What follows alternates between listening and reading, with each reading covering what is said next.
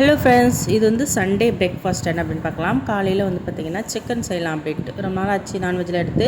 இன்றைக்கி சிக்கன் குழம்பு செஞ்சு பசங்களுக்கு தோசை ஊற்றி கொடுக்கலாம் அப்படின்ட்டு மாவு கொஞ்சம் இருந்ததுனால தோசை பிளான் பண்ணிட்டேன்.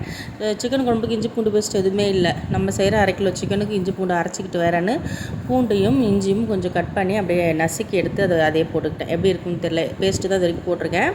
ஆனால் எப்படி இருக்குன்னு தெரியலன்ட்டு தான் போட்டேன். ஆனால் சூப்பராக இருந்துச்சு டேஸ்ட்டு. அந்த இஞ்சி அந்த பூண்டெல்லாம் நசுங்கி அது முழுசாக வாயில் வரும்போது நல்லா இருந்துச்சு. சின்ன வெங்காயம் போட்டு வதக்கிட்டேன். எப்பவும் போல் எண்ணெய் ஊற்றி சோம்பு கறி மசாலா படையெல்லாம் போட்டு சின்ன வெங்காயம் போட்டு வதக்கிட்டு சிக்கனை போட்டுட்டு அந்த இஞ்சி பூண்டு இதெல்லாம் தட்டி வச்சாலே அதையும் போட்டுக்கிட்டு குழம்பு மிளகாப்பொடி, சிக்கன் மசாலா, தனி மிளகாத்தூள் அதெல்லாம் கொஞ்சம் போட்டுக்கிட்டு தண்ணி ஊற்றி நல்லா குக்கரில் விசில் விட்டுட்டேன். முட்டை வந்து எனக்காக பசிக்குதுன்னு வேக வச்சேன். அதுக்குள்ளேயும் பார்த்திங்கன்னா பங்குக்கு இவங்களும் வந்துட்டாங்க. அவங்களுக்கும் கொஞ்சம் முட்டை கொஞ்சம் ஈரெல்லாம் எடுத்து வச்சுட்டு நானும் வந்து முட்டையை சாப்பிட்டுட்டு அதுக்கப்புறம் தான் வந்து தோசையே சாப்பிட ஆரம்பித்தேன். அவ்வளோதாங்க. பை.